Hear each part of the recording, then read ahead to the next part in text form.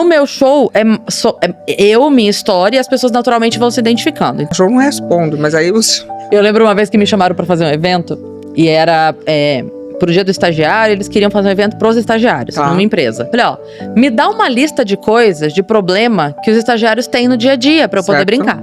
Ah, não, a gente não quer falar de coisa ruim, fala de coisa boa, zoa de outra coisa. Então faz o seguinte, me dá as coisas, tipo assim, o chefe, eu sei o quê, eu vou zoar a empresa, o chefe e tal. Quem tá pagando, a empresa tá pagando, não pode zoar a empresa. Tá. Faz piada com coisa boa. Você tem que zoar alguém.